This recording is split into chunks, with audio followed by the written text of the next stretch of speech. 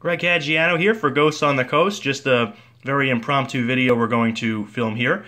Want to recap this past weekend's ghost tours at the Strauss Mansion. They were a big success. And also, we're going to show you a couple clips of evidence that one of our participants sent us. First things first, please follow us on Facebook, Ghosts on the Coast. If you just type in Ghosts on the Coast, that you'll get there. Or if you want to use the @ sign, it's Ghosts on the Coast NJ. And we will be posting many updates. I was actually in an Asbury Park Press article about the Spy House, which was pretty cool. And also videos and updates from all of our ghost tours.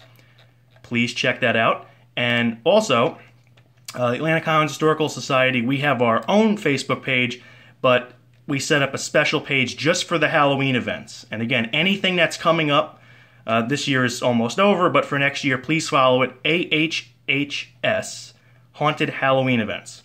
Give that a follow. You'll see all of our pictures and updates and whatnot. So, from our tours the first weekend, they were very good. We had sold out every single tour.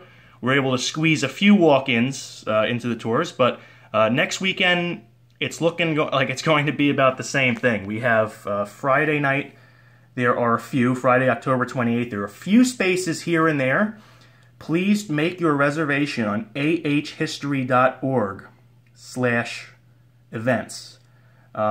Prepay, get in there, and that way you're guaranteed a spot. We might be able to take a couple walk-ins here or there, but it's not guaranteed because we wanted to limit these to a small group, or small as we can, which is still a little bigger than we'd like, but you know, we don't want to really turn people away. They went very well. We haven't really posted many pictures at all because we're kind of keeping it under wraps. We don't want to spoil anything for anybody. Every tour is a little bit different, though. That's the thing. We have the same format we do for every tour, of course, the way we go upstairs and work our way down, but each tour is different. We tell ghost stories along the way, we tell a little bit of history, and then we stop to do 2 spirit box sessions and hope to find something paranormal. And of course, we do finish off in the basement.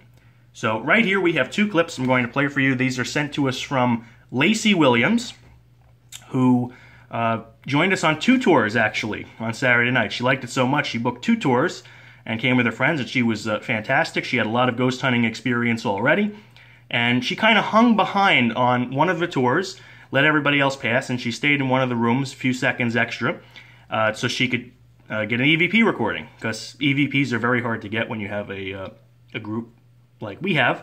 That's why we rely on the spirit box for these tours. But she took 2 recordings here, sent it to us both, clipped. This one here is in the library. You're going to hear her say something along the lines of, are these the original books, or these books original to the house? And if you listen closely, right after that, there is a whisper that says no. What if these are the original books? What if these are the original books? What if these are the original books? If you hear right after, it's almost immediately after she says, these are the original books, there is a whisper, no, like that, right after. And the spirit talking to her would be right, because those books are not original to the house. Most of the furniture we have in there has been donated over the years or acquired. Second clip is a little bit better. Again, the tour had gone down into the basement where we finished. She had stayed behind a little bit. You'll hear Lou talking in the background. He would be downstairs. You could hear his voice coming up right in this area here. That would be the door to the basement. But she walks in, and she has her flashlight on, and you're going to hear what sounds like a spirit voice, a whisper. Remember, these are EVPs, so we're not looking for an actual voice. We're looking for that whisper. And it says something like, bad light. You actually can hear it, bad light, as if it startled the spirit by walking in. Let's take a listen.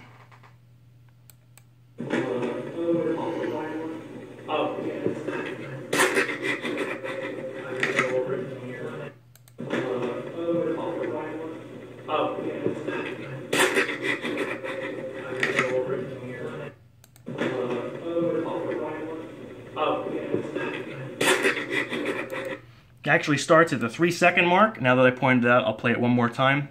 It sounds like it says, bad light.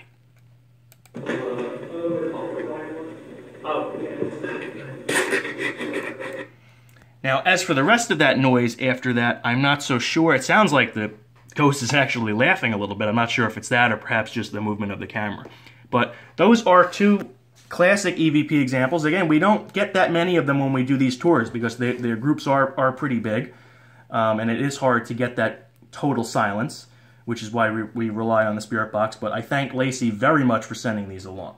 We also had a couple other instances of paranormal activity. We were up in the 3rd floor apartment, and we gave out a couple EMF detectors for people to use. And they were standing by one of the doors, and they asked the spirits if the door would open, if they could make it open. And the door actually moved about 6 inches, and then the EMF spiked to about a 3 or a 4, which is pretty big. And then on our first tour of the Friday night, actually the first tour we did, I think it was, we were down in the basement. I was standing by a very special item that's down there that you're going to see. And we had about, 15 people or so on the tour.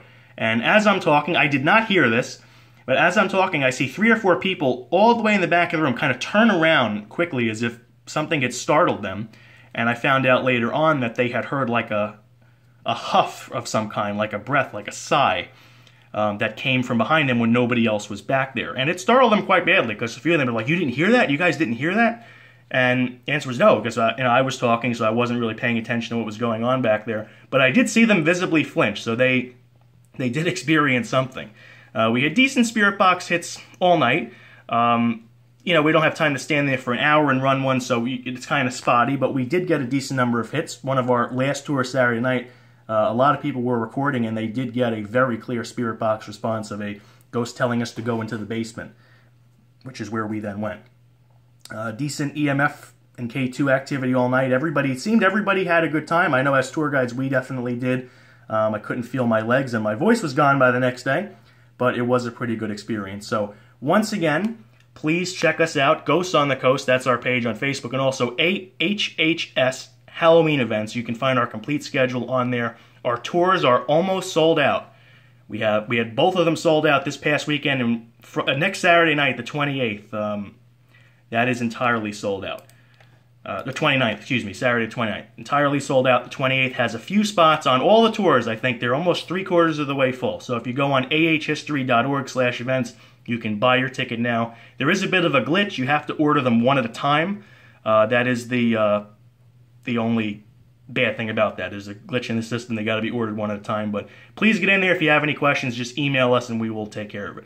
So thank you very much, Greg Caggiano, for Ghosts on the Coast. Thank you, Lacey, for sending us those clips, and if anybody else came on a tour, please do the same, and we'll get them right up here.